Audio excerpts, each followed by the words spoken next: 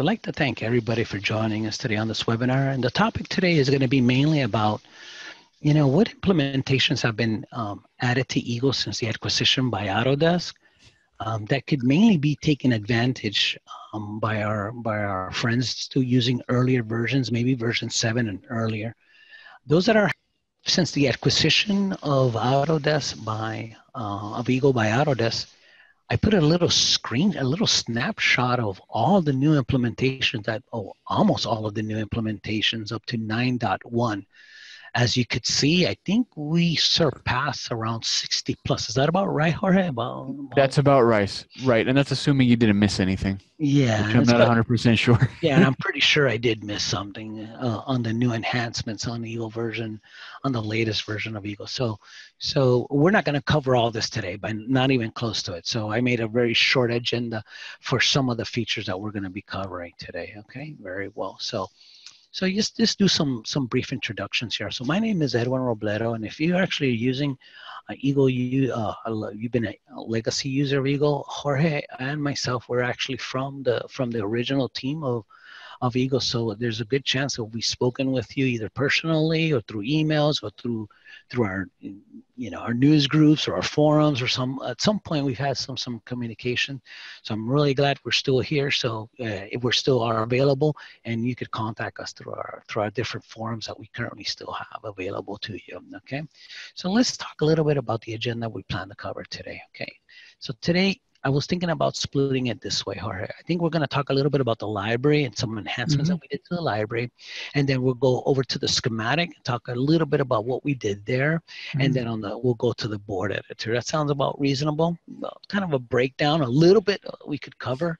Yep. And we're gonna do our best to keep this within the hour, okay? I'll do my best to keep it in the hour. But I just want to let you know that in 2 days is our next webinar. And I promise I'll do my best to keep it under 30 minutes. And in that one, we're going to talk about only the library editor. And that library editor is about how we map footprints to 3D models. That's all we're going to be doing. And the reason is because we're getting more and more questions about how do I export to Fusion 360, my PCB, in 3D models to Fusion 360. That way I could create that really nice electromechanical workflow. That'll be this Thursday at 5 p.m. US Eastern, okay? So you know what? I think we're gonna go live with Eagle. So I'm gonna stop sharing my screen, Jorge. That way we share yours. We have that little agenda that we put together. And let's go ahead and cover that agenda. That way we could start sharing with our friends what has been done to Eagle. And that way our friends that are using earlier versions of Eagle could take advantage of it. So I think we wanted to go ahead and start maybe with the library editor. That's right. But right off the bat, let's just take advantage. And since we're here, you guys notice this is new, also in the control panel. Now you get news besides the file previews, which we've always had. We still have those. You have the home tab. Excellent. Yeah, that's a good idea, Jorge. So now you get notification of when our webinars are coming. So you can register beforehand if it's a topic that you're interested in. There's also a quick little slideshow of what's new in the specific release. You'll get a list of your recent files. Any promotions that we're doing will show up here as well. And you have also the Learn section where we have a few of the recent YouTube videos with different tips and things that are new. So anything that we missed in this webinar, you can probably find out about it on our YouTube channel. So let's go ahead and start in the library editor. Let's go there. We have little to do in so much time. Stop, reverse it, as Willy Wonka would say. So let's go ahead, and here we're in the library editor. For those of you who are coming from prior versions of Eagle, this may look very different to what you're used to. In the version 7 series, we did have 3 columns. Now we have 4. Basically, you can have, in addition to the symbol, the footprint, and the device, you can have a 3D package as well, and the Eagle library can reference this. So just to get things started off with what's new, you'll notice here under Import 3D Package, if you click there, you'll get this little menu. You can import a local 3D package from other libraries. So now we have that import functionality built into the library editor. You can easily import from other libraries that are on your system. So it's very easy to reuse. You can bring in from the web using library.io, which is also a new functionality. or you can use the package generator. And let's go ahead. I want to show you guys this. This is one of the big improvements. It's new in Eagle. So if you have components that fit the mold of the standard IPC footprints, you know, axial, IPC, chip parts like resistors, capacitors, your DFNs, electrolytic surface mount caps, MELFs, PLCCs, there's LEDs in these formats, normal pin header connectors, QFN, QFP, receptacles, SODs. You can see a lot of standard packages here. Okay, if the part you're using conforms to one of these standard packages, you can just use a calculator and you can read off the values from the data sheet and fill it out. Once you read the values from the data sheet, you just do an update preview and you'll see that you'll get a component conforming to those parameters. Now, one thing that's really cool about this, you're not just getting the 3D model. You'll get both the 3D model and the footprint. So this generator is going to give you both. You won't have to make a separate footprint for this. So right now, I can just say OK. Version of the package will be created. Upload, yes. Say OK.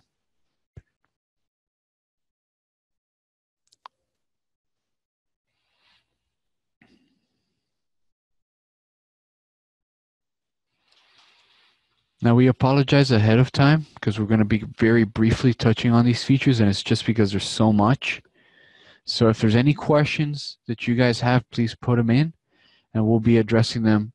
Ed's manning the chat right now, so any questions you run into, please feel free to make them and we'll be addressing them as we can. But we really are moving quickly because we know that we have limited time. So you can see here's the footprint generated by the tool. And you'll get the 3D model as well. 3D model takes a little time to cache locally, but you can see here that you get a preview of it as well. When you have the device, then in the device you'll see a preview of everything associated to that device. Now there's a couple of other features that we want to mention, even though we won't be able to demonstrate them right now, simply because of everything we have to cover in the schematic and the board editor. But in the symbol editor, like I mentioned, and this will show up, this button will show up in all three, in all four columns, the ability to import.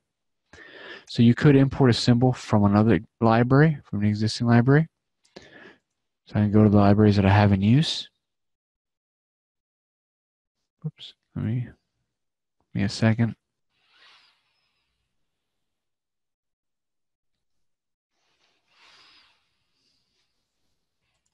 And we have all the libraries that ship with Eagle, so we can put them all in use. And we can grab from any of them. Okay, so just as an example, I'll put one of these in use just so we have something to grab. Okay, go from here. So now I can grab any of these symbols. And obviously we want to resize so we can see what we're grabbing. Okay, let's say I want to grab that. I'll say OK. And you'll see that it gets imported.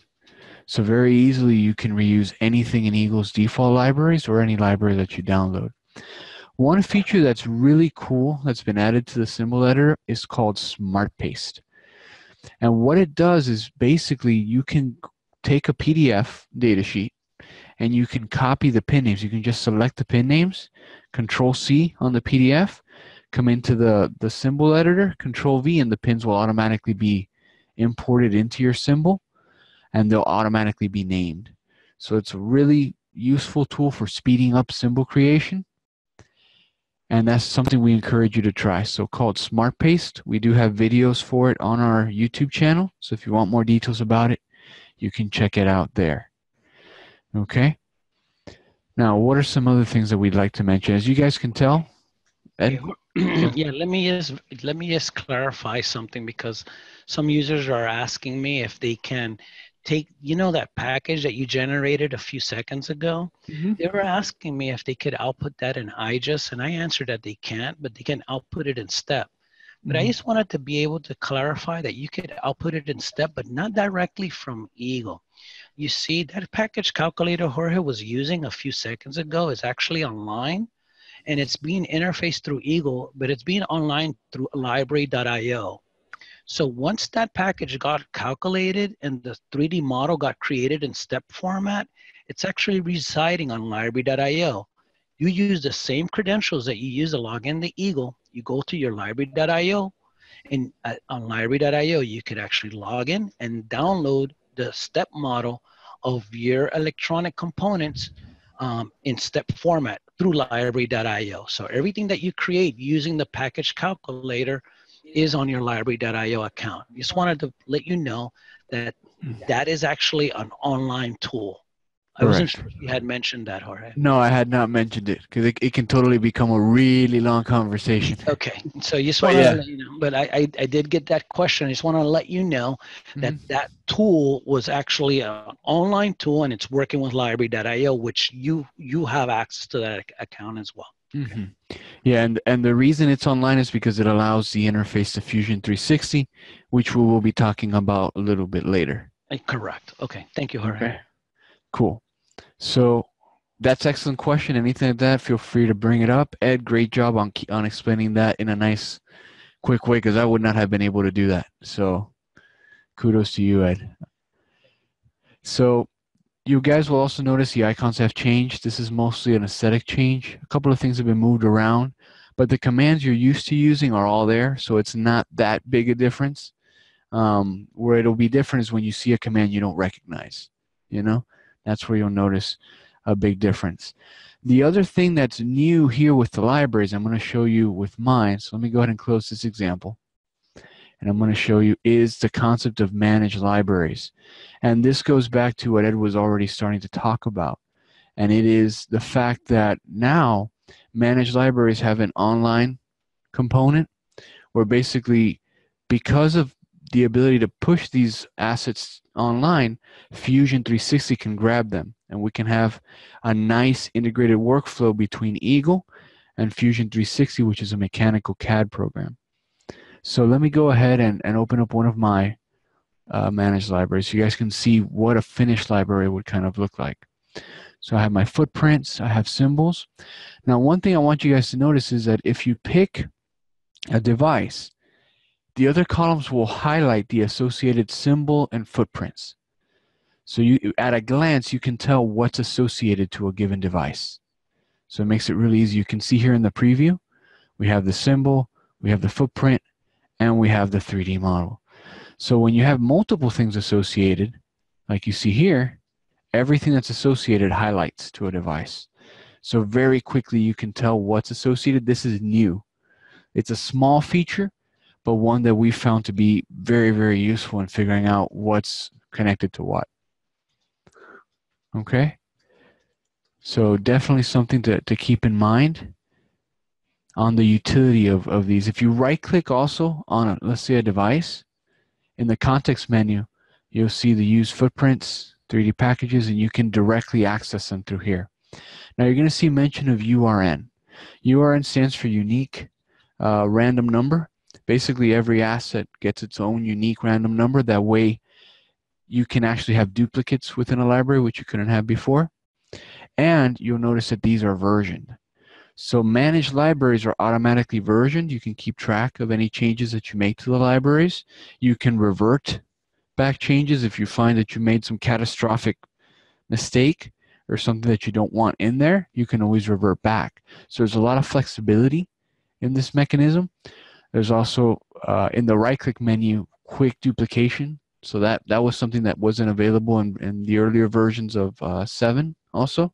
You couldn't easily duplicate. You had to create a new part, you had to give it a new name, and then you had to do a cut and paste.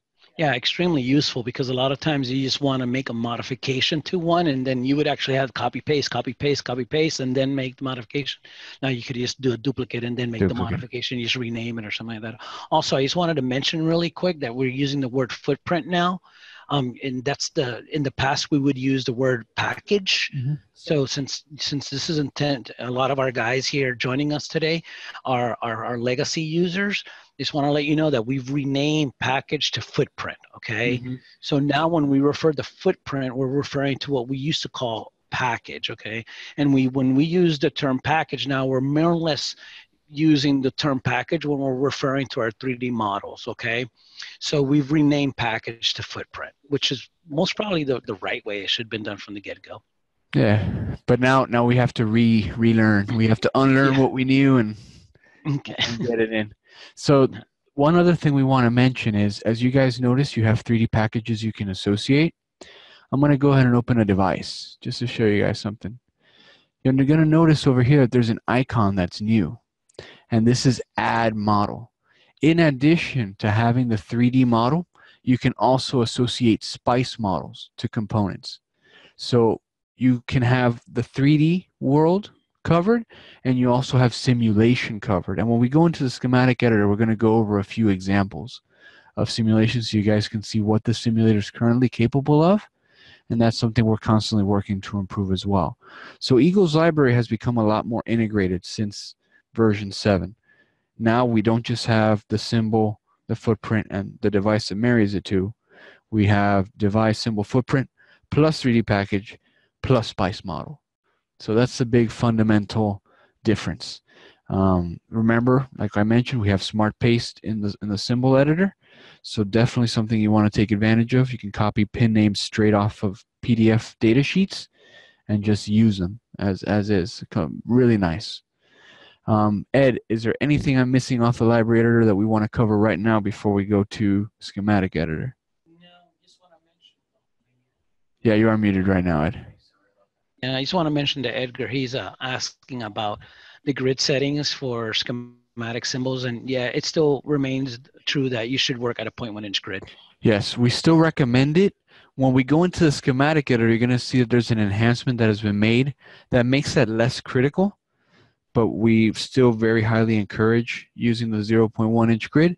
If you like metric units, which is the reason usually people want to change it, just use 2.54 millimeters, which is a metric equivalent. Mm-hmm.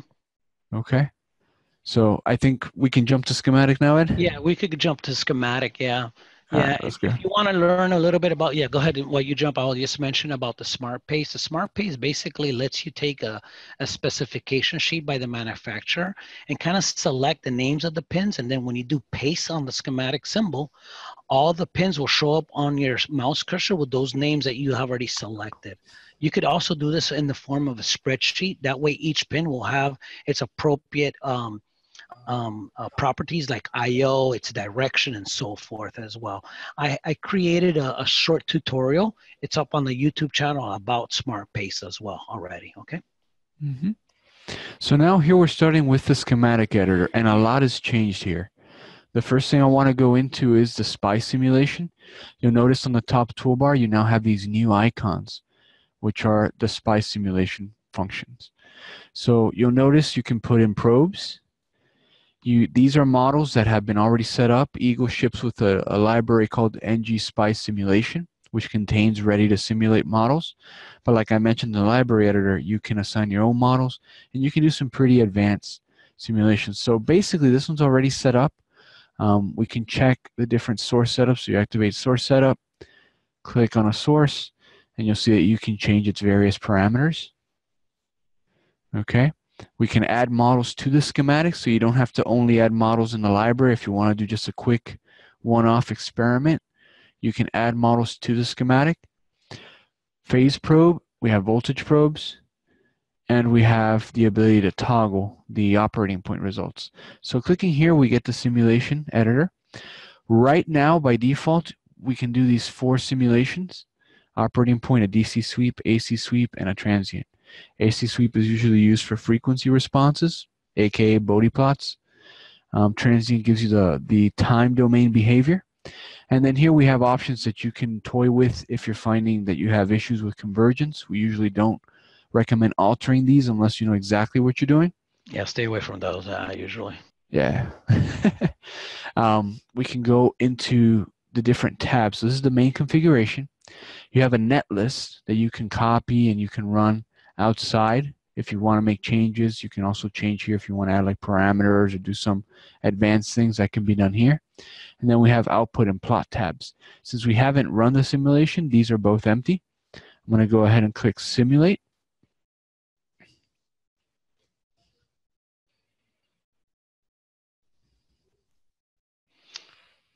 Okay, and you'll see that we get all the plots that we have probes for, as well as the currents of the independent sources. So if you want a text format of this, you just go to Output and copy everything. And if you do that and take it into something like Excel, you can do some additional magic with it, you know. But the plot is usually good enough for the purposes of analysis. So right now we have all these signals. You can control what signals are on. So for example, we're probably only interested in the V out. So I'll apply the changes, and that's our output waveform. Okay, it's an oscillator that oscillates at about 100 kilohertz. Okay, it's very dependent on beta, this particular type of circuit. So if you change the beta in the model, you'll see that the frequency will vary as well. Okay, you can set range.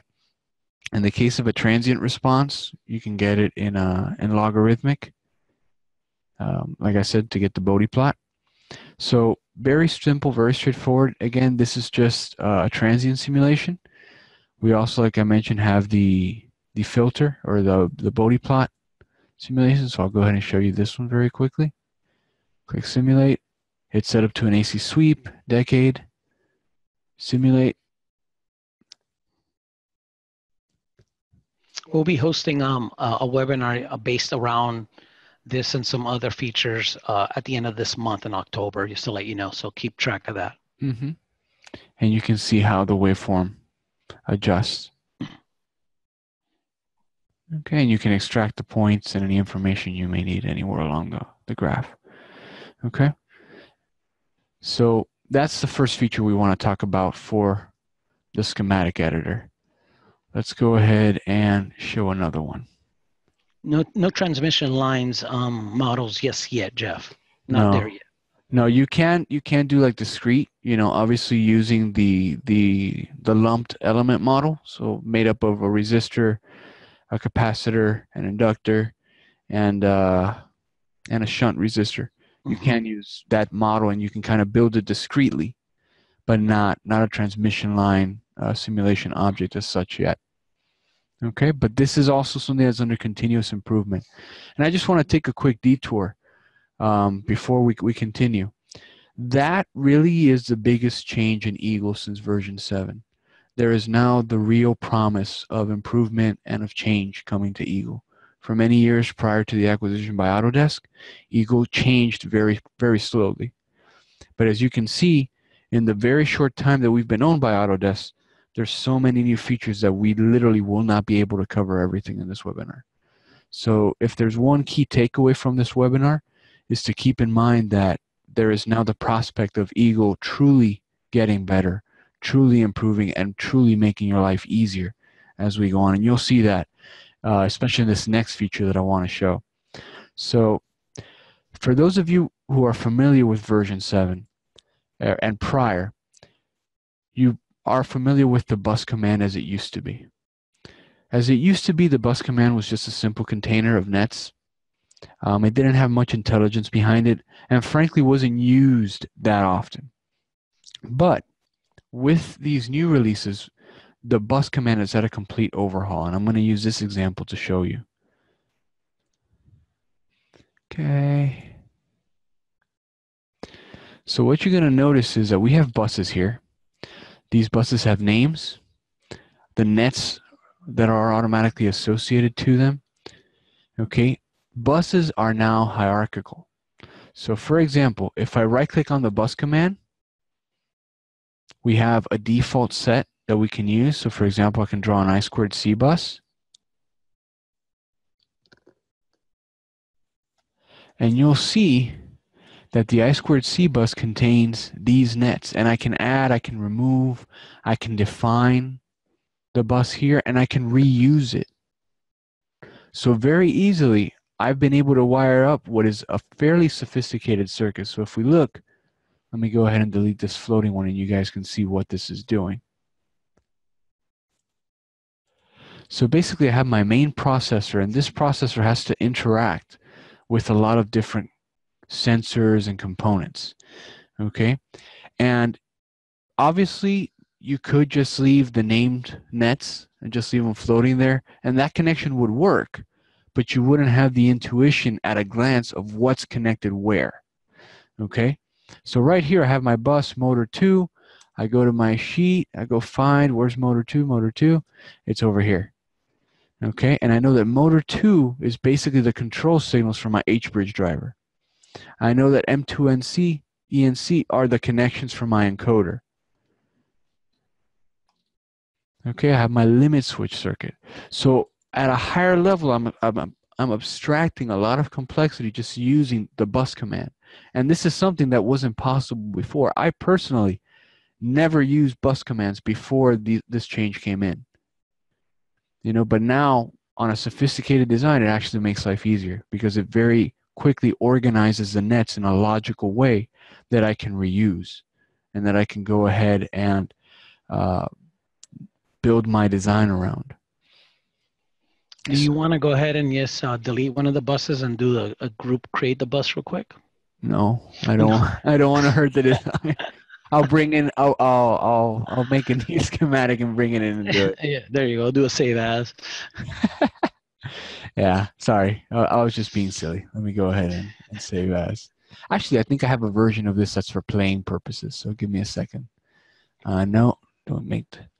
Yeah, see, I keep a version ready just to blow it up if I need to. So because I think it would be interesting for them, for our users to see how easy it is to build a bus now as well. Mm-hmm. I mean, besides the way that you did it there, there's a GUI way of easily doing it. You know. So let's go ahead, and what I'm going to do is I'm going to just trash this whole right side here.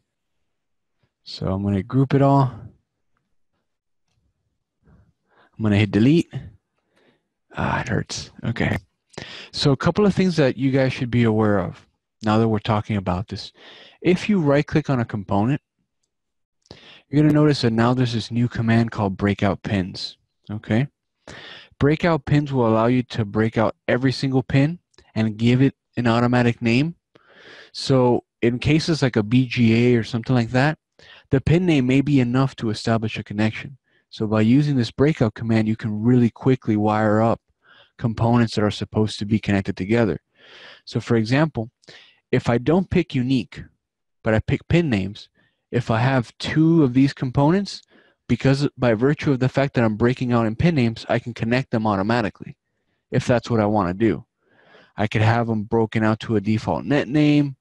I can give them, you know, to not show anything unique. I can select what pins to break out. So if I, for example, click select pins, then I can pick the ones that haven't been broken out, and I can select what type of format I want. You know, so I could pick something like these right here. Let's say I want to do these. Okay, I just take that, say these. I want these to have unique names. Say okay, and you'll see that they break out, and they already get an automatic net name assignment. Okay, now that's all cool and dandy, but what if I want to do unique names? Well, the net command now has a special feature called pin breakout, and this one's pretty sweet. This one we like a lot. So we click pin breakout, and you'll notice that you can give a label. So let's say we want these to be our, I don't know, let's say motor, let's say ADC channels, let's say that. So I'll put ADC, and I want to auto increment. So I'm going to put a number. I select auto increment, and I say okay. Now by clicking on the pins, I automatically get those nets made. Okay? And I can always come back, say PWM 0. Let's say the next set, say okay. Oh, sorry, I didn't do the auto increment thing on this one. And actually that can be useful too. So let's say PWM 0, I don't auto increment, and I want to have multiple pins connected together. That's it. I've made those connections. So there's a lot of ways you can leverage this feature to really quickly make the connections you want. So I'll say okay there, auto increment. Okay, so that's something that's really going to save you time because it handles any signals that automatically have to increase, and you have a lot of control and flexibility over how you make the names. And it breaks it out for you, you know, it's done. And it gives you the label at the same time in the same shot. It gives you the label. So now let's say we want to make a bus out of these. Okay, I want to make my ADCs and PWM bus. What I can do is I can group them. Okay, right click, and we're going to have make bus. Okay, and I just go ahead and draw a bus. At the end, you double click, and you'll see they're already there. Okay, and I can give an alias, I can give a name to the bus. So I'll call it ADC PWM.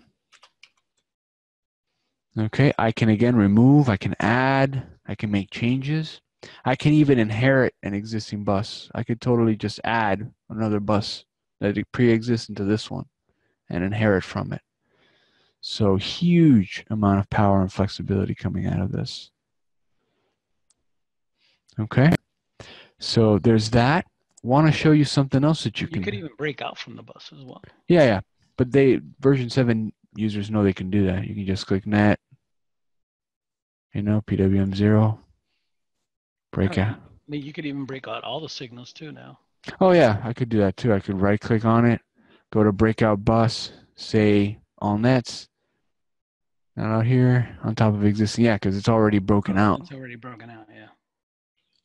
But I'll just go ahead and draw another one so we can see it. Lots of functionality in this bus command. I mean, tons of stuff.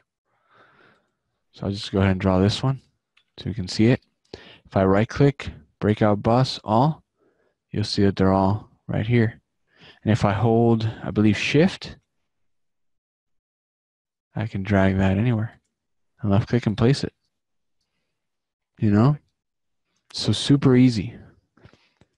You can even take it one step further. If the pin names are your net names, you can group a bus and the component that has the same pin names, and you can automatically have it connect. So there's a lot of power here. There's just too much. There's too much that we just don't have the time to go into. Anything else we want to cover right now, Ed, off in the schematic editor as far as new?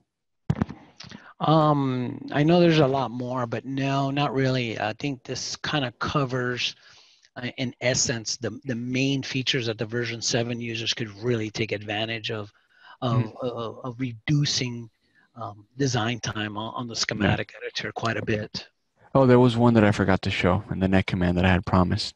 The user that had asked about, the 0.1 grid. Again, we highly recommend it. Please stick to a 0.1 inch grid. But Eagle's a little bit more protective now in the sense that if you click the net command and you're about to draw a net, when you get close to a pin, you'll see that little green circle appear.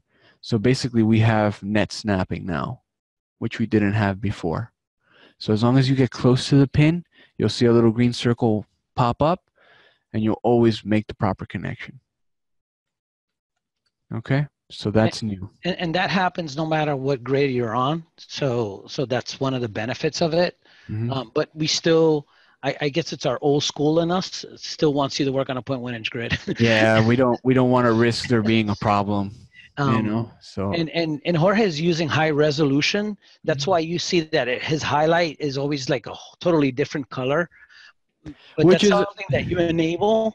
It's something that you enable by default. It's using the same highlight color that usually it does. I actually prefer the other one, but he's using high resolution, so that's why you're seeing that every time he selects something, it uses a totally different color. But it's just a matter of personal preference. Another new feature we could talk about: option set. So basically, over here, the colors. Now the highlight is kind of built in. You don't have to get too crazy and define your own weird highlight colors or anything. You can take advantage of high contrast mode, which is the one I'm using for the completely offbeat color.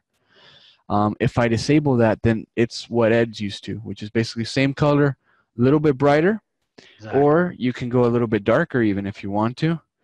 At the extremes, you'll get white or black.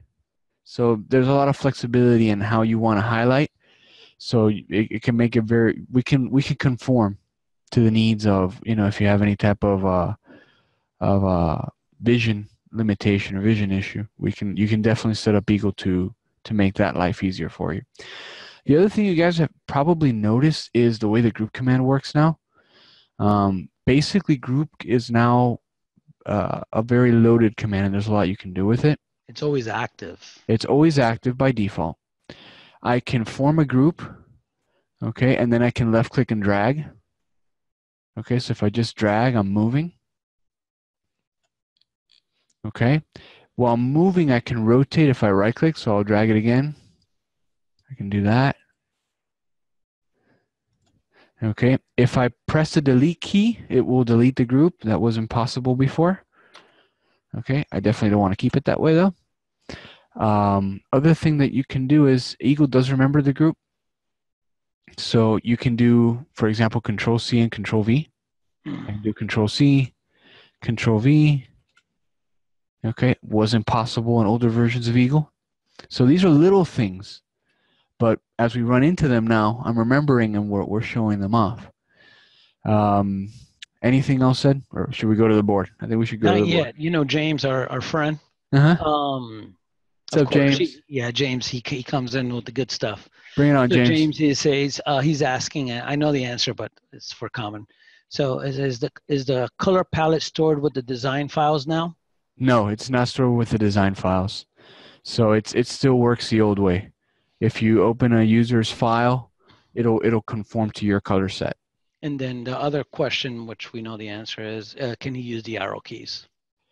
For movement? Yeah. No, not yet. Not possible. Okay. Not yet. The next thing we do have, James, is autocomplete. So when you're using command lines, it does autocomplete. Yeah, so let's go ahead and show that. So, and you see? And it's more useful on the board, but it does work here. So like, you know, attribute, it automatically adjusts and you can type in whatever you want to do. Okay, also new, not possible in version 7. What else, Ed, before we jump to board? We're still technically okay. Yeah, so he's only the observation about the command L to activate the command line. Oh yeah, yeah. And that function now, it's more sticky. So if you activate it, Eagle tends to remember that you activated it and it will stay active. The reason that came in is because of Design Manager, and we'll see that in the board editor when we jump to it. You'll see. I'll be honest with you, with Design Manager, I see myself using actually the command line a lot less, to be honest with you, unless I'm running my scripts or something like that. Correct. So, all right, so let's go to the board. Ooh, I'm seeing the chat blow up, man. All right, so here we are on the board, okay? A lot to talk about on the board, whole lot, okay? And the first thing that comes to mind is the Design Manager, okay? Now, the Design Manager, its biggest strength right now is that it allows you to make these really, really specific groups that would be difficult or impossible to do otherwise. So in my mind, that's its biggest strength because you can form the group and then you can perform actions on said group. But let's look at what it offers. So first you have two main tabs, devices and signals. So you can very quickly see what your devices are, what traces are coming off, how long they are, number of vias. You can get a lot of information about your components here. Now, if I select a component, let's say this one, you're going to see that this expands. These are all the items associated to that component. So these are its pads, these are vias, these are traces that are connecting to it. Okay, I could, for example, select all the traces that are connecting to it. That's one possibility. Okay. The nice thing is that then you could change properties of it too. Once you select them all, and then you could change a property as well. Correct. Instead of having to select it on the layout editor itself, you could actually select them on the Design Manager. So like right here for this wire, if I right click on it, you'll see I can select types. I can do a rip up from here. I can specify the type of rip up. Rip up has been enhanced, which we'll talk about in a moment as well. Yeah, rip up has a whole bunch of options now. It's not only one option. Okay. So you can see there's a lot that's going on. Now these are my signals. So these are all the traces that are connected to a given signal. So now it's really easy to find them. You know, you can search. You can do a search. So you can have the list filter, for example. So if I only want to see my PWM signals, I start typing PWM, and these are only my PWM signals. And if I want to select the 3 PWM signals, I just highlight like that, and I have all my PWM signals selected. So these are groups that under normal circumstances are hard to form, but you can form them very easily here. I can sort by net class, for example. Let me clear, obviously, the search. Okay, so we can see the different signals, how many there are totals. If we go to devices, like I said, we can get the properties of the device. We can see what features it has drawn on it, its pads, their names, any text that's associated to the component is Yeah, you can available even there. see, like, you know, in the past, a lot of users, to be able to see the sizes of the pad or any type of properties of the pad, they actually would have to go all the way back to the library. Mm-hmm. Now through the design manager, you could actually see all the details, the drill hole size, everything of the component without having to go all the way back to the library. Mm-hmm. You see, so any information you want to grab, you can get it. Pad sizes. Like Ed was saying, this is something you would have had to have gone into the library to figure out. So all of that is here. Okay, so that's in my opinion its biggest strength. You have the ability to filter. Now, like we mentioned, there's actions you can perform. From here, you can delete. You can perform a special rip up. We can gain other information. We can adjust text. And as time goes on, more and more functionality is going to be possible through the design manager. Okay, so lots of possibilities here. As you start to work with it, you'll see the information that you can extract from it. So definitely we encourage users to take advantage of it so that way you can make good, advanced, sophisticated groups, make changes, make things that you want to do. Hey, James, no, you won't be able to modify components on the board. It's not really good practice, not yet. No, you could bounce over to the library from there, but no, you won't be able to modify characteristics of the pad or anything like that from the design manager. No, not yet. No. Yeah, so for example, if I select this component, I right click, you're going to see the option Open Footprint, Open 3D Package, Open Device. So it'll allow you to hop over to the library, assuming the library meets certain conditions. For example, if it's a managed library, you have to have ownership of the asset. So if you don't, you'll see that it's grayed out. Okay. We won't be able to do, Xavier, we won't be able to do length matching on this one yet. But when on the next manual routing webinar that I host next month, and we will show a little bit of length matching. Okay. Yeah, Eagle does have it. Yeah, but we'll show that on the next one. Yeah. Again, too much. Just keep an eye out on manual routing. Okay. Correct. So again, a lot of stuff. We just too much. And actually, I just thought of something that we should have shown because it's a big feature. Let me go back to the schematic for a second. We now have design blocks. So design blocks are basically a schematic and a layout that you can save as a component and you can reuse over and over again. So in a big company, for example, if you're constantly making the same type of product, and the example I always like to use is audio because I'm familiar with that. Let's say in audio, an effect maker. The effect maker is going to use certain blocks of circuitry the same across all their products. The same switch, the same input and output circuitry. The effect in the middle, that's what's going to be different. So they can save those pieces of the schematic and those parts of the layout as a unit and just simply reuse them in a new design. So if I click on the design block over here, we'll see the design blocks that I have. These are mine. And the examples of ship with Eagle, I've actually copied everything over to make life easier. But you can see here that you can have both the board, the layout, and the schematic. And you can bring it in. Once you bring it into a design, then Eagle treats it as if you had drawn it originally like that. It doesn't maintain that kind of encapsulation, but it makes reuse really easy. So, because it'll automatically increment the reference designators. So if you're making like an 8-channel or a multi-track audio amplifier, for example, you just lay down the same block 8 times, and that's it. And they're all identically laid out. The signals, that need to be renamed, they rename, and you have complete control over that. So really powerful feature for design reuse, and we encourage users to really take advantage of it. And we continue adding to this as well. And we're taking suggestions. So if you have any ideas or Mm-hmm. that we should add of blocks, just shoot me an email. Mm-hmm. Now, let's talk about the routing modes. Let's take advantage, and because we definitely want to highlight that. This is a long conversation, so be ready. Yeah, we're going to get dinged with questions on this one. Okay, so click on the route command. Now, this is one area of Eagle where things have changed a lot. It is a big understatement to say that, okay? Yeah. It behaves very different to what you're used to in version 7 and earlier, okay? But this is a good thing. There's a lot more power behind it, and even though some of the changes may feel a little uncomfortable at first, we ask you to bear with it. The gains in productivity are worth it. So, first off, you'll notice these three icons, okay? First one is ignore obstacles. This is basically full manual. This is what you have in version 7 and prior, okay? Full manual routing. You can violate DRC. You can do whatever you want under full manual, okay? The next new mode is called walk around. So basically, walk around is going to obey DRC. It's going to obey net classes. And as you route, what you're going to notice is that it will walk around any obstacle. So you can see it's walking around anything else that could be in the way, okay, until it reaches what it wants to connect to. Now, a couple of neat things here.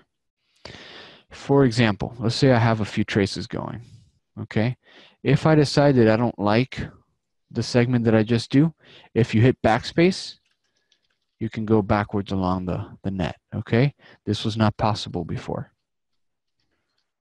okay? So if I don't like it, I can just backspace. So really quickly, you can avoid any issues there. Okay. And it does the boink. Now, one thing that's super useful is this mode over here called loop removal. Okay. Let's say I really don't like that trace and I want to redo it. I can just start routing again. And as soon as I meet, you'll notice that it gets rid of the old one. Okay. It automatically removes the loop. Yeah, James approves of this whole modes a lot. James is digging. I'm glad. Okay. So you can do that. You'll notice that the route command started on the trace. Okay, the route command isn't strictly limited to air wires anymore. You can actually start on an existing trace, and you have this active layer mode, which helps guide the selection. So right now my top layer is active.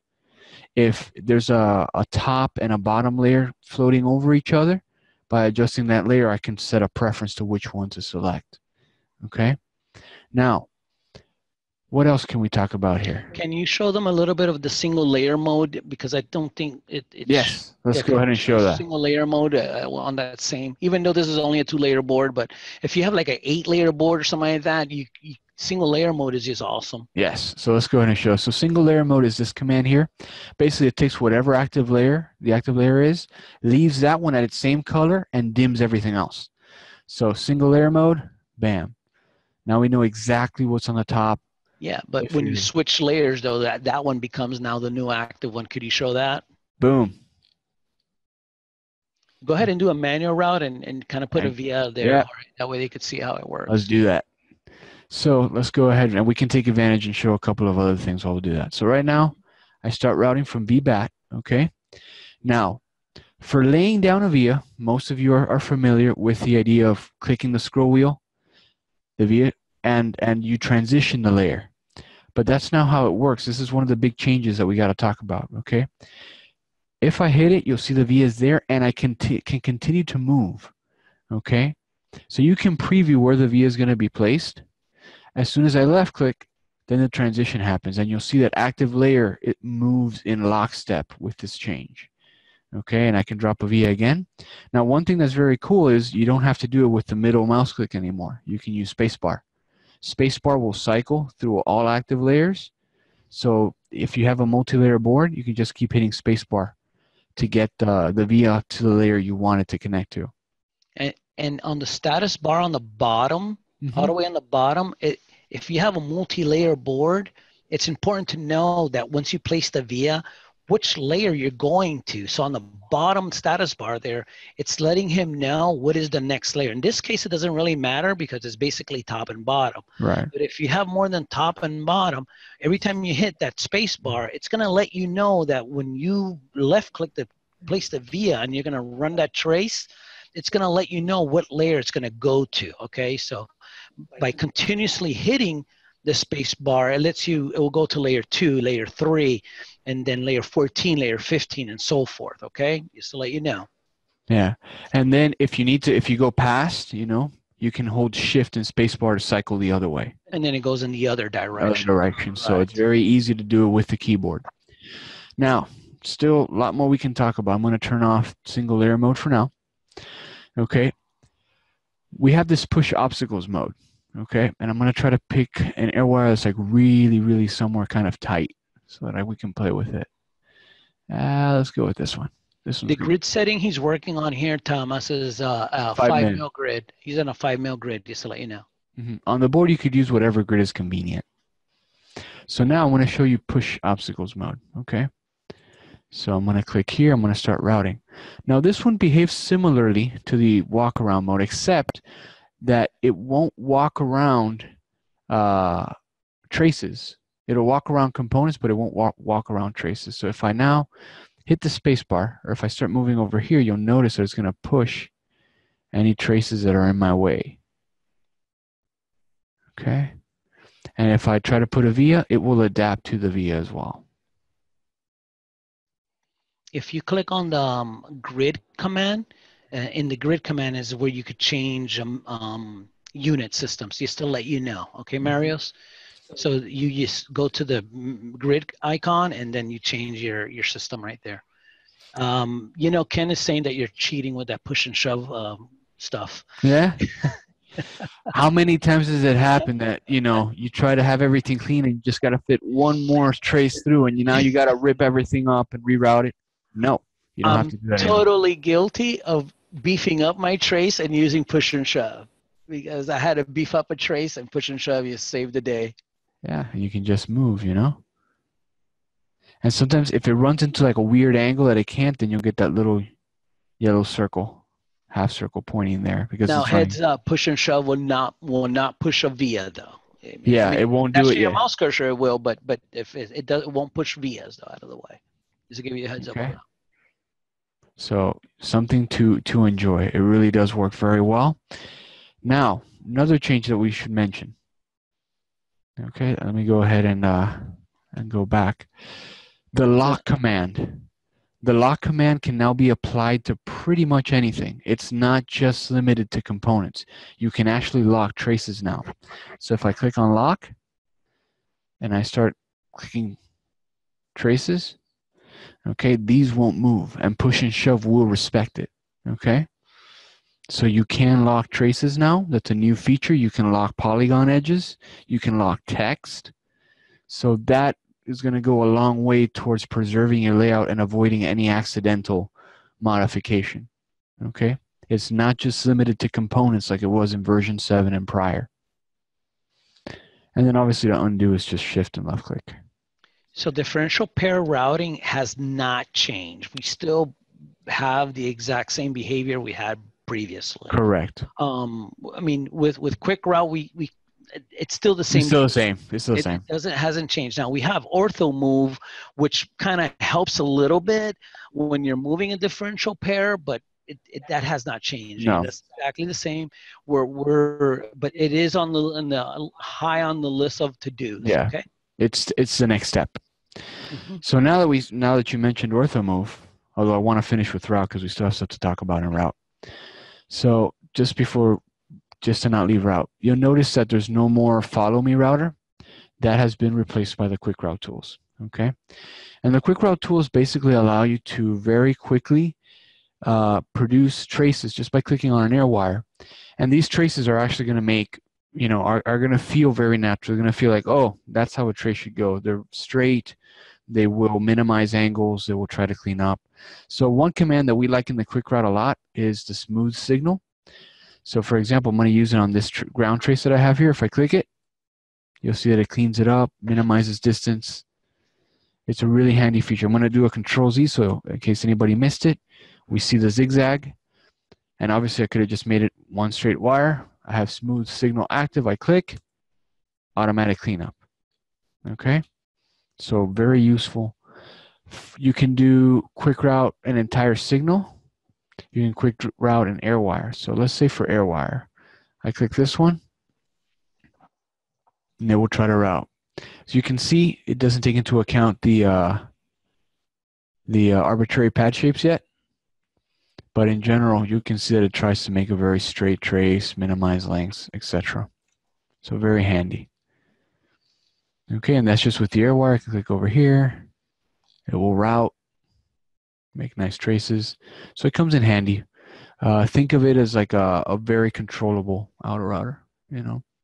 And you can do it multiple signals at a time. You can do a maximum of 16 at a time. So that's enough of that. Let me show you one other thing that came into route that a lot of people don't realize is there. They're asking me if you could lock holes in vias. You can lock holes in vias. Mm-hmm. Yep. So let's say I start routing from here, but I actually wanted to route from the other pad. If there's nothing in the command line, if you press the right arrow key, it'll hop to the other side of the trace. Okay.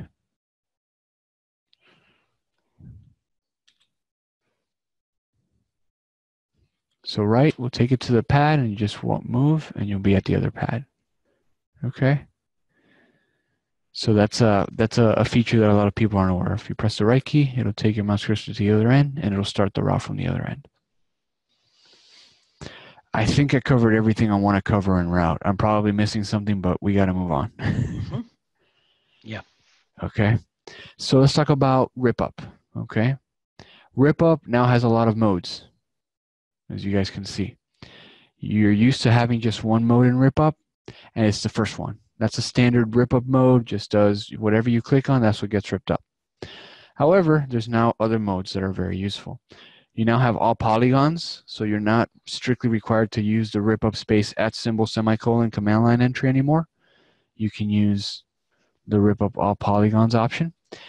There's an X for killing, for ripping up all traces.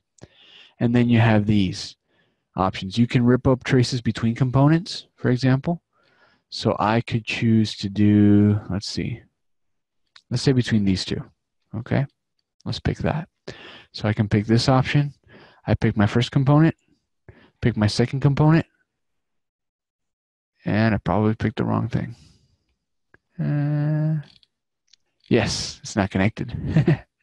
Here, I thought it was. Okay, so let's do it differently.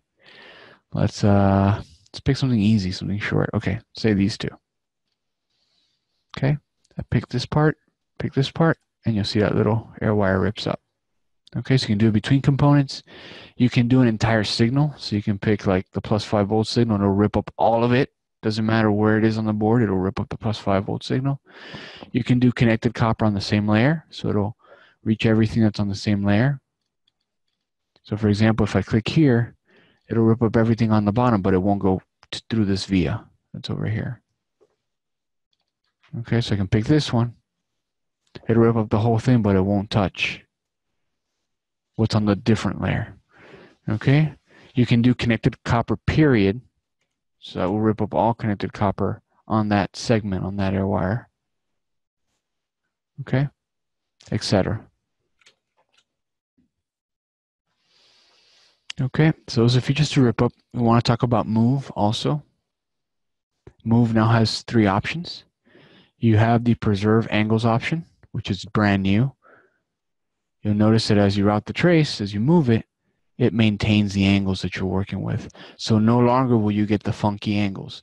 If for some reason you wanted the funky angle, then you select free mode. And this is what you're used to in version 7. Okay? And who wants that? You always have to redo the traces because now they're all sorts of weird angles and you worry about having acid traps and all that. No longer an issue. Okay? In the default mode, the angles kept preserved. Okay? Now we have this third method, this disconnect option. This one's pretty cool. Yeah, that's actually very nice. Because what this one allows you to do is if, for example, you intend to remove a component or do a replace or something like that, sometimes you know that you'll lose the layout doing that. Well, with the disconnect option, what that allows you to do is you can take the component away, and because when you do the replace, the air wires are what's going to change, your layout is preserved. So it's a handy way to preserve layout when you're going to make these replacement operations, and it saved my hide more than a few times. So we definitely appreciate. Yeah, yes, you know, definitely, because you know it's very common for you to be doing the manual routing, and definitely you don't want to lose your manual routing, and you definitely don't want to lose your placement, but you definitely don't want to lose your manual routing. So by being able to free it from the traces and being able to move it independently is actually a big plus. Mm-hmm. So lots of awesome stuff going on there. Trying to think what else. You know, I keep on getting some questions about the auto router. We're not going to really cover the auto router, to be honest with you. But because let's address something, because if it keeps popping up, let's address something. I guess, I mean, it's almost the same. Basically, the auto router has not changed since version 7. It has not changed at all. It's the same algorithm. Same algorithm. Rip up, retry. And the topological. Topological. Nothing has changed in the built-in auto router that ships with Eagle. Okay. Yeah. We found that most users that do professional work will not trust the auto router for anything critical. So we've kind of deprioritized making changes to the auto router, and we've really focused on making manual routing as efficient and as productive as possible. So that's why you haven't seen any changes in the auto router really since version 7.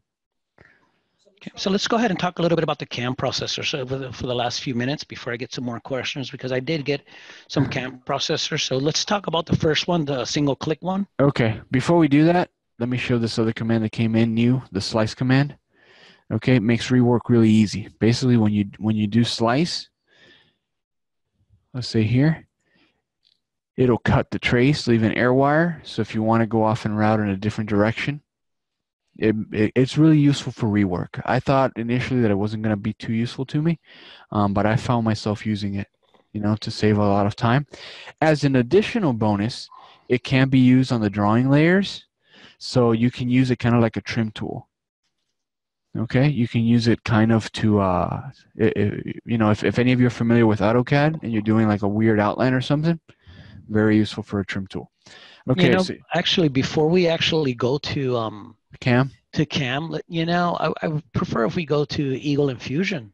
Eagle and Fusion. I think make people very, very excited about seeing their 3D models of their boards. Okay, so let's do that. I'm gonna go ahead and open up Fusion, and then I'll come back to Eagle because Fusion takes a little. So while you do that, Jorge, let me explain a little bit about Fusion. Fusion is a tool made by Autodesk, which is a mechanical application, a really nice mechanical application.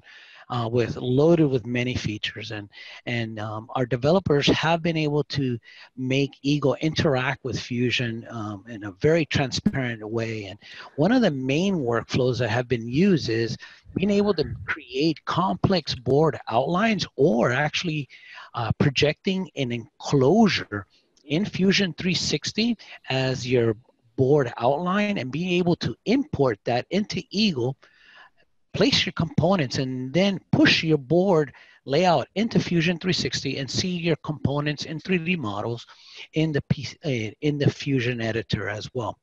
But we take it to the next level besides that. In addition to that, the Fusion engineer or the mechanical engineer can move the parts in Fusion 360. The Eagle engineer can actually see that there has been some movements done, can pull that new version of the layout, see what changes have been done. That way he can make the appropriate modifications to the traces and push it back to the Fusion. I don't think we'll be able to do that entire workflow, and that's not the idea, because we have a webinar directed for that, but we just want to be able to demonstrate to you how you know, one interacting of Eagle and Fusion. Fusion for me still hasn't. Oh, okay, it's opening, so it's just going to take a little bit. Let's give it. There it goes. So I'll keep it in Eagle right now while Fusion gets up. Let's go ahead and just talk manufacturing real quick. We have the, can you hear me? I hear you fine. Okay, cool. Making sure. So we have this tab here, manufacturing preview. It lets you know, gives you an idea of what the board is going to look like. You can export a DXF of the board. You can export image. From here, you can go to the CAM processor. For pricing, you can get the different details of the board, its area, dimensions, number of vias, stack up, all of that. You can get a drill table from here as well that you can export. Okay. And one neat feature is whatever the board color is here, that's what it'll show up in Fusion. Yeah, that's awesome. Now, one thing to note, this is my play version of the board. So this isn't the one that's linked to Fusion, but I am still going to show you the one that is linked. That one is purple because I made the board in Oshpark. So that one is purple, and you will see the board show up purple. So Fusion is open. It's going to probably try to pull an update, so I'm going to... Okay, Jeff, I know you need to drop off, but thanks for the comment. Great, appreciate the kind comments as well. But yeah, we'll keep in mind the ODB++. We're working on that, okay? Mm-hmm. So hopefully you guys recognize this board.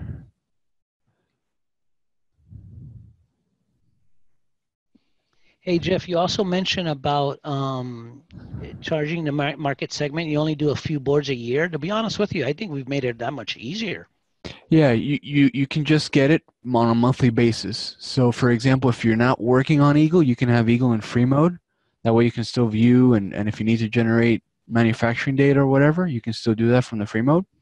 If you need to make changes or you need to make a board because it's that time of year, just purchase a month, you know? The premium for a month is really economical. If you find that the board you're going to design, you don't even need the premium, just get a standard for a month or 2 months or for however long you're going to work. And yeah, and they've just made it that much easier to work on with Eagle as well. Yeah. So right now, like I said, purple PCB. I'm going to go ahead and rotate it so you guys can see the parts. And bam. Okay. And this is directly linked with Eagle, just to let you know. So this is actually working interactive. So there's no DXF conversion. There's no conversion of IGES file, nothing like that. This is actually pushed from Eagle to Fusion 360. He can move parts here if he wanted to. Eagle will actually see the modification, and he could pull that into Eagle and actually see that as well. Okay, so you guys can see all the parts that are mapped. Any changes that I were to make in Fusion, I could reflect back into Eagle, which can be a little dangerous because really, let's be honest, we don't want mechanical engineers messing with our electronic stuff, but they do have their own job to do, and this really makes it very easy to collaborate. It has to fit the enclosure, Jorge. It has to fit the enclosure. You know, that switch needs to fit in that little door, and instead of having to email the electrical engineer and say, you know what, you need to move that 2.3 millimeters to the right, they just move it themselves, and you get the modifications, and then you just move the routing in that. Okay, correct. That's a much easier than workflow than having to go back and forth with the guy. Okay, so that works for out sure. And yeah, somebody's asking about the step files. You know what? From Eagle, not yet. We can't do the step file directly. It is actually going to be coming really soon, but Fusion 360 can export the entire design in step format. Model. And then also Fusion 360 does include a subscription to something called Fusion Team, which is a collaboration tool that lets you share your projects and 3D models in a collaborative environment, which will actually export your file format and step models as well. And actually many other formats, including step model as well. Okay, so I hope I take care of that question for you as well. So just to show you guys what this is being used in. And yes, James, the lock components in Eagle will be able to be moved in Fusion 360. Yes. So in other words, it's not being the lock components in Eagle are not being recognized in Fusion 360. You are correct. You are correct on that. You are correct on that one. James comes up with the best questions. Absolutely. If somebody, it doesn't surprise me if James coming up with the question. Absolutely. So this gives you now a platform to design the enclosure around, to make changes, and there's a lot that you can do here. You can, like we said, you can move things around. You can adjust the outline. The mechanical engineer, if he needs to make an adjustment to the outline, that's possible as well. So this alone is its own, super long webinar.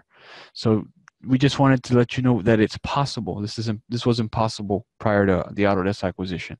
This is new. So let me go ahead.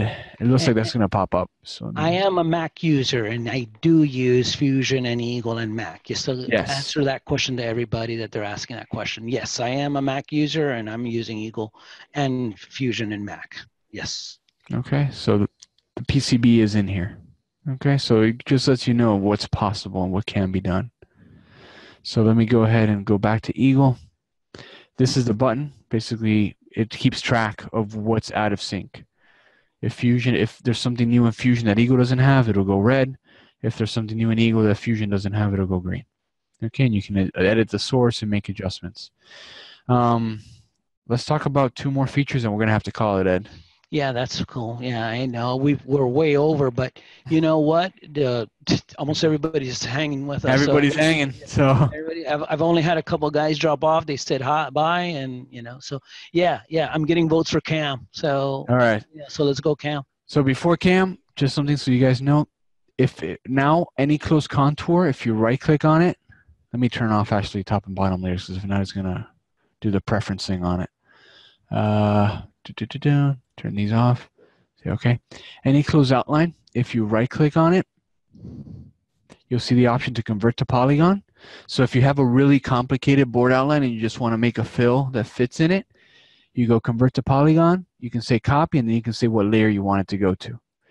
Likewise, if you have a polygon and for some reason you want to make it a close contour, you can just right click and convert it back to wires.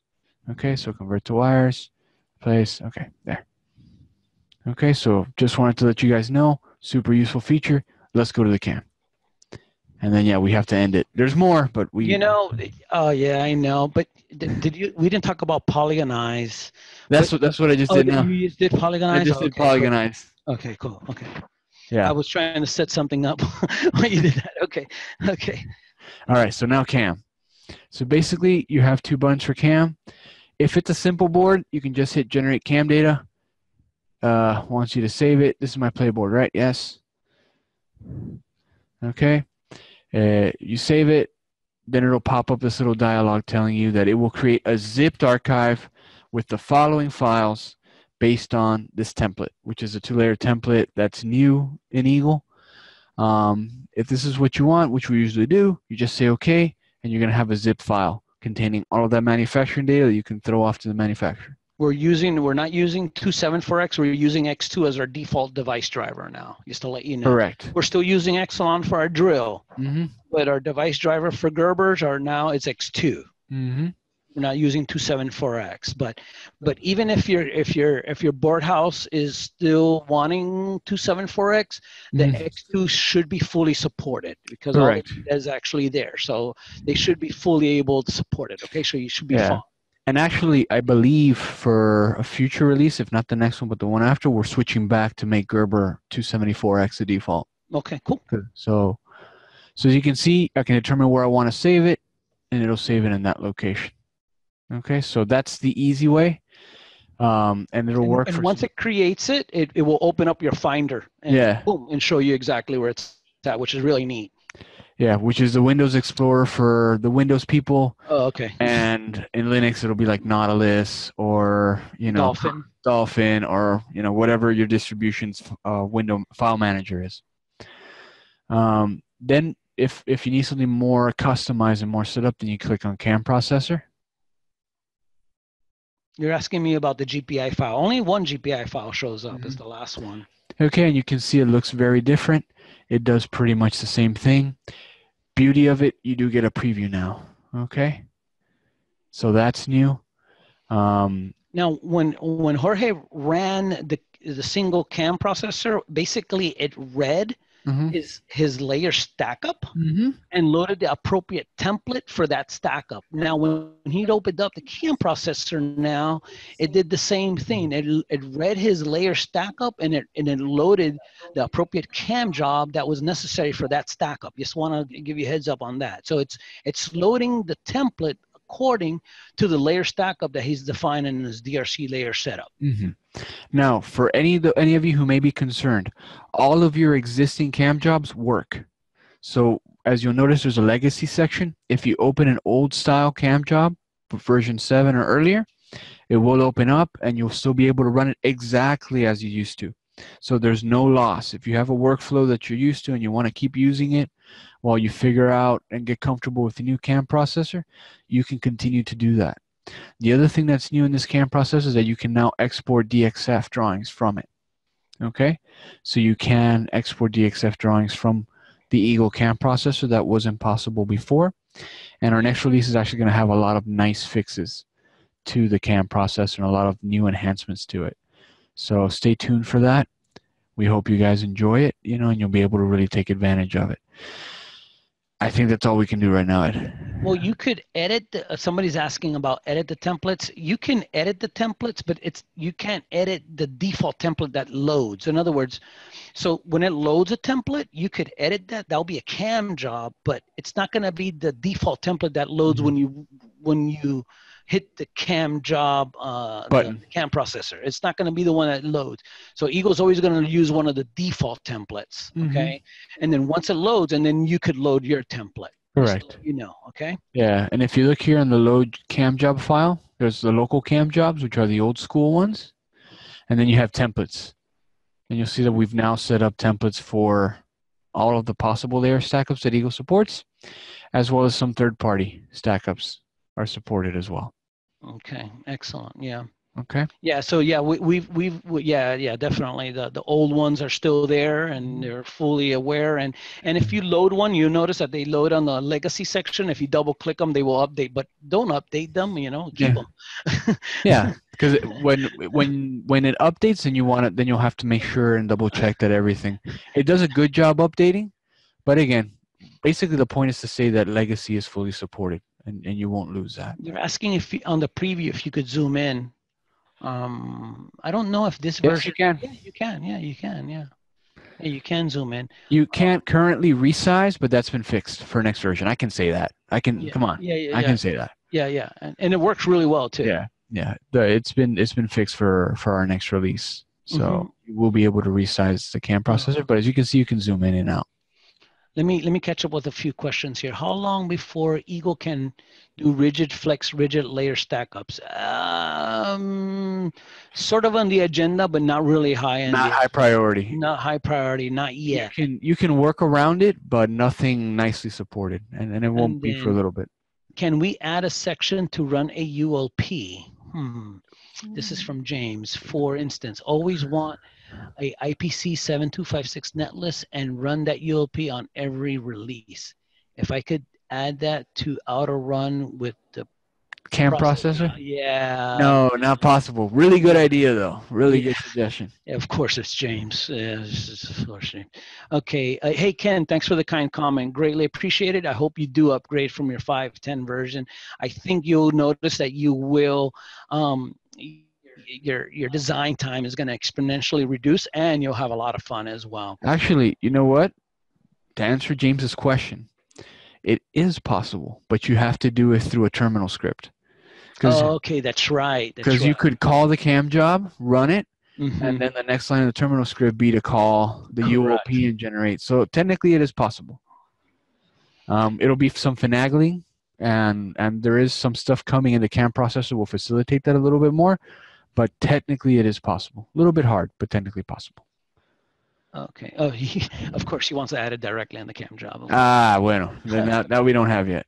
Okay. So, Michael, yeah, ODB++, yeah, not yet. We're still working on it. No plugin as of yet right now. Yeah, we have no solution there. We're working on that, but not yet. Hey, good night, Marios. Thank you for joining us. How do I output the design file into a CAD drawing showing the stack and other details? I guess he wants like a documentation type of output of some sort. Nothing that's automated right now. What you could do is like you could run obviously the drill legend. You'll get a drill table drawn on there, and when you run the CAM processor, it'll go to a Gerber file. But there's nothing automatically set up for that. So you yeah, okay, yeah, that's about it. Git is not supported yet. There's somebody that actually made a really cool tool that kind of makes it work, but actually that's actually in the list, the work with Git. Yeah, actually, like you said, one of our users does have a set of UOPs, but there's certain things that are limiting that integration, but it Mm-hmm. does work. Can you make the bottom sliding bars darker? Not yet, but you will be able to relatively soon. So not yet possible. Stay tuned. Okay, let me see what else. And you know, in the DRC, there were some more options that were added to the miscellaneous tab, but I don't think they need to be added. They need to be mentioned here. They don't really make a difference. Oh, you know what?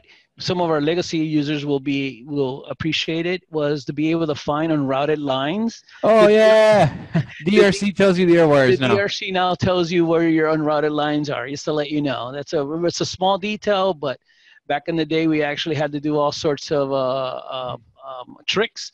Now DRC actually does report and actually highlights and points to where your unrouted lines are. It's not a Yep. DRC error, but it lets you know where they're at though. Yeah. And also that's also new but small is you can approve entire types of, so you can approve like all your width errors. You can just hit approve and you'll approve all of them, or you can do it individually.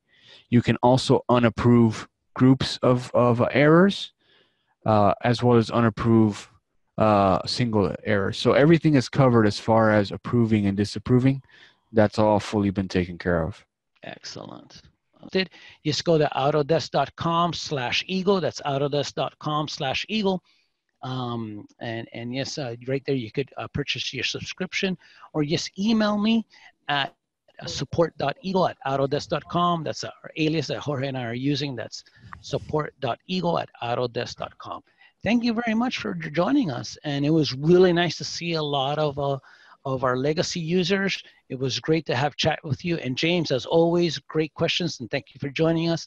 Everybody, have a great day. Thank you. Bye, everyone.